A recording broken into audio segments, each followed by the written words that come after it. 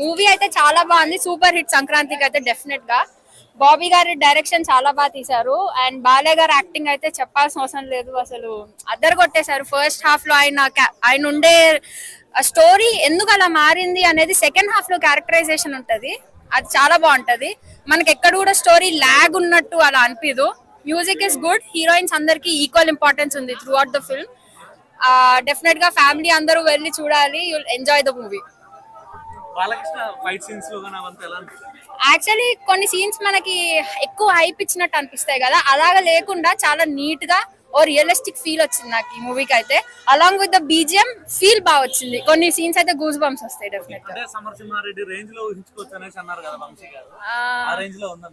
It's a different story, దాంతో compare చేయలేము. అంటే అప్పట్లో చూసినప్పుడు ఏమో నరుకుతూ ఉంటే అబ్బా ఏంటి నరుకుతున్నాడు అబ్బా అబ్బా అబ్బా అనిపించేది.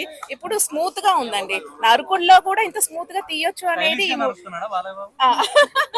అంతే అండి, కరెక్టే. బాగుందండి మూవీ అయితే మాత్రం సూపర్ హిట్, ఫ్యామిలీతో అందరు వచ్చి చూడొచ్చు, బాగుంది. నేను కూడా బాలకృష్ణ ఫ్యాన్ అయితే కాదండి, టు బి ఫ్రాంక్, బట్ బాగుంది. ఎక్స్పెక్టేషన్ తో ఏం రాలేదు మేము, బట్ చాలా సాటిస్ఫాక్షన్ తో వెళ్తున్నాం. మంచి మూవీ. చూడలేదండి. సంక్రాంతి విన్నర్ ఎవరు? ఏదండి? సంక్రాంతి విన్నర్ ఎవరు? Obviously I think so. ఇదైతే బాగుంది మేము చూసినందుకు, సో అన్ని బాగుంటాయి మేబీ. ఆయన ఎప్పుడు అండి సంక్రాంతికే కదా, ఎవర్ గ్రీన్ అన్నమాట, ఎవర్ గ్రీన్ స్టార్ అంతే.